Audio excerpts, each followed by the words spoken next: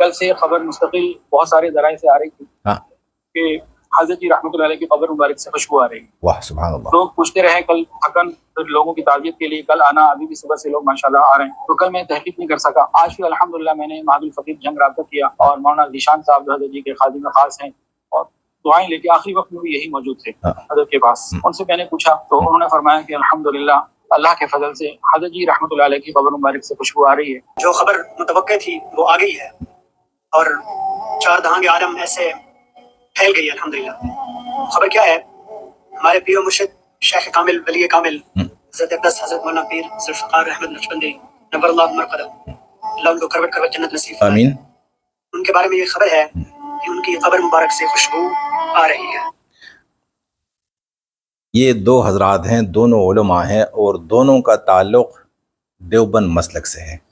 دیوبند مسلک میں اور بریلوی اور شیعہ میں فرق کیا ہے؟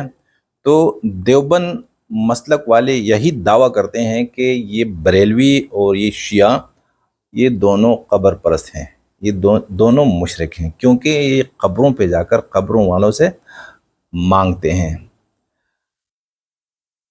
کیا کہہ رہے ہیں کہ پیر ذوالفقار نقش بندی رحمۃ اللہ علیہ جو دیوبند مسلک کے نقش بندی سلسلے کے ایک پیر صاحب تھے, اچھے انسان تھے, کہ جب ابھی فوت ہوئے تو ان کی قبر مبارک کی مٹی سے خوشبو آ رہی تھی.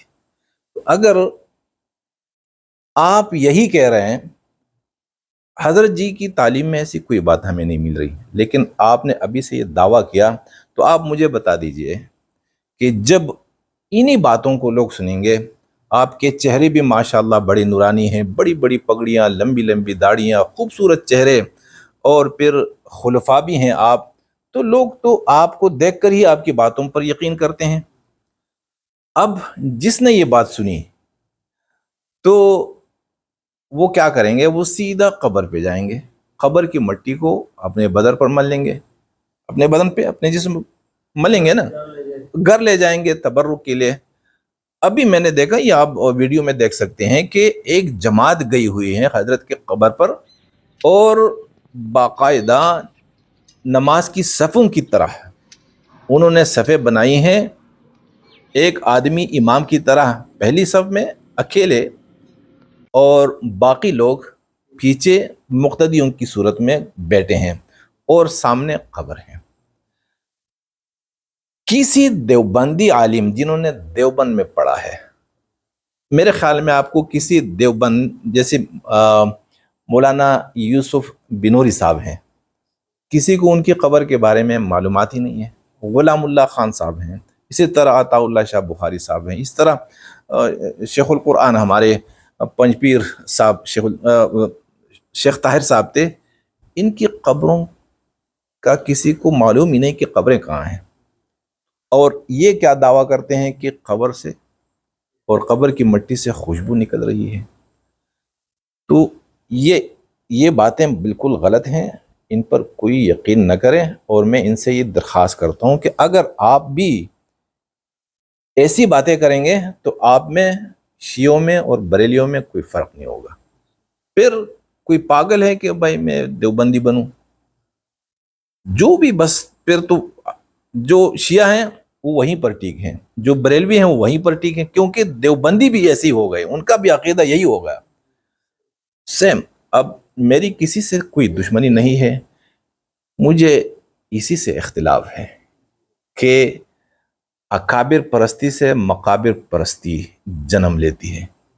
اور ابھی حضرت جی پیر ذوالفقار نقش بندی صاحب تازہ فوت ہوئے, ان کی قبر کی مٹی ابھی خشک نہیں ہوئی, لیکن غلط بیانیاں شروع ہو گئی, شرک کی باتیں شروع ہو گئی.